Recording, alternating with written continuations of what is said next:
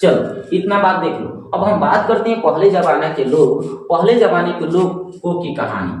अब हम आपको बता दें, पहले जमाने के जो लोग हुआ करते थे, पहले जमाने के लोग, तो उस समय कम उम्र में शादी कर दिया जाता था, जिसकी वजह से उनका उस लड़की का जो हाइमेन होता था वो सेक्स के दौरान टूटता था, तब जाकर ब्लडिंग होता था। लेकिन हम थोड़ा अतीत में झांके तो हमें पता चलेगा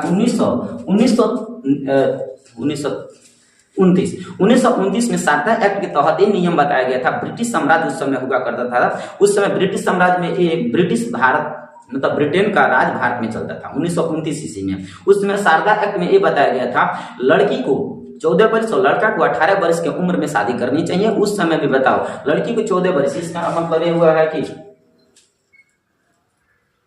लड़की का हाइमेन कुछ कुछ बचा रहेगा। लेकिन उससे पहले जाओगे ना, 1929 से पहले और जाओगे तो उस समय उसका कोई लिमिट नहीं था।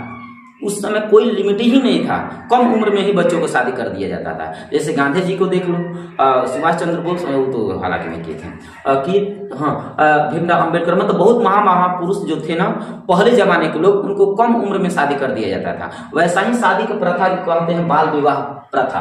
तो बताओ इस लड़का की उम्र कितना होगा? अरे बकवा हंस रहा है, लेकिन क्या करे, शादी है तो हंसबे करेगा, शादी है तो हंसबे करेगा। इधर पर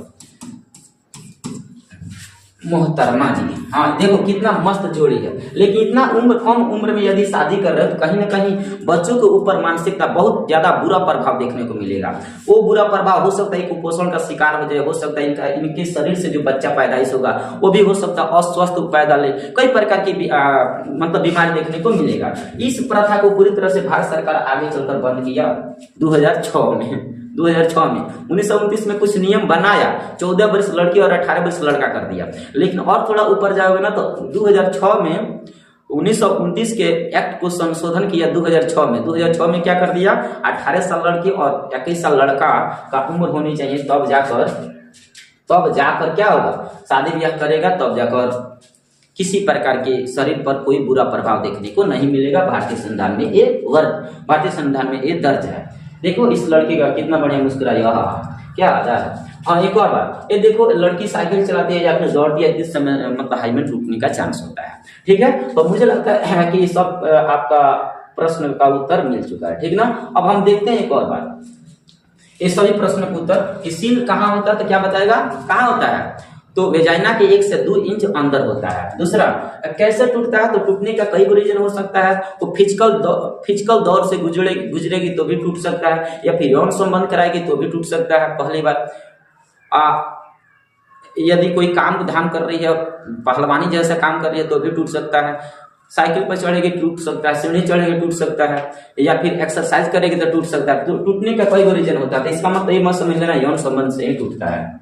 सील कितने प्रकार के होते हैं? 5 प्रकार के, आप तो नाम देख लीजिए। क्या प्रत्येक लड़के में होता है? जी हाँ, सभी लड़कियों में होता है। दूसरा बात कि किस उम्र तक सील नहीं टूटता है, तो बता दो, हम आपको बता दें किस उम्र तक नहीं टूटता है, तो किस उम्र तक नहीं टूटता है, इसका कोई लिमिट नहीं होता है। वो लड़की के ऊपर निर्भर करता है कौन काम कर रही है। अगर फिजिकल काम बहुत ज्यादा मेहनत वाला एक्सरसाइज कर रही है, शरीर बना रही है, तो उस समय मेहनत तो करना पड़ेगा, उस समय कभी भी टूट सकता है, इसका कोई लिमिट नहीं होता है। शादी के बाद तक सील होता है, ये जरूरी नहीं होता है, ऐसा कुछ नहीं है। वो कभी, अब ये भी निर्भर करता है कितना उम्र में शादी कर रहे हो।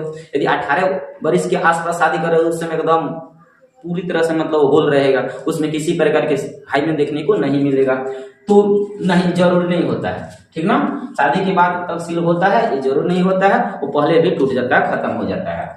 अगर किसी लड़की में ना हो तो, अगर नहीं है तो कुछ नहीं, वो तो प्राकृतिक रूप से होता है। ये बात अलग है कि उसका फिजिकल दौर से जब गुजरेगी तो पूरी तरह से टूट जाता है, लेकिन होता है, पतली झिल्ली के टाइप होता है। शादी के बाद क्या होता है ना, एक लड़कों के अंदर एक मानसिकता होता है। कभी कभी क्या होता है कि यदि मान लो इस लड़के से विवाह हो गया है और यौन संबंध यौन संबंध इस लड़का मतलब दोनों कर रहा है, तो क्या होता है ना कि इस यौन संबंध के दरमियान वो लड़की से यदि ब्लडिंग नहीं निकलता, तो इसका मतलब ये लड़का समझता है कि लगता है कि पहले कहीं ना कहीं गंगा नहा ली है, मतलब कहीं ना कहीं यौन संबंध कर ली है। इसका मतलब ये है, यौन संबंध करने का मतलब वो लड़की के अंदर मानसिकता बैठ जाता है, ये कहीं ना कहीं भ्रमित हो जाता है कि वो कहाँ से कहाँ इस लड़की से विवाह कर लिया, ये तो पहले से ही वर्जिन नहीं है। तो मानसिकता बाबू रे ऐसा नहीं होता है, बहुत मार खाएगा। वो पहले से ही वो टूटा होता है, इसका मतलब ये नहीं सोच लेनी चाहिए कि वर्जिन टेस्ट करा लेनी चाहिए। ऐसा वर्जिनिटी टेस्ट कभी मत करानी चाहिए। वर्जिनिटी टेस्ट ऐसा होता नहीं है, वो डॉक्टर के पास जाओगे तो ऐसा ही वो बताते हैं वर्जिनिटी टेस्ट पर रोक है, आप वर्जिनिटी टेस्ट नहीं करा सकते हैं, 2 फिंगर टेस्ट नहीं करा सकते। 2 फिंगर टेस्ट क्या होता है कभी वीडियो में बताया जाएगा, जब 12वीं क्लास के बायोलॉजी पढ़ाया जाएगा ना उस समय।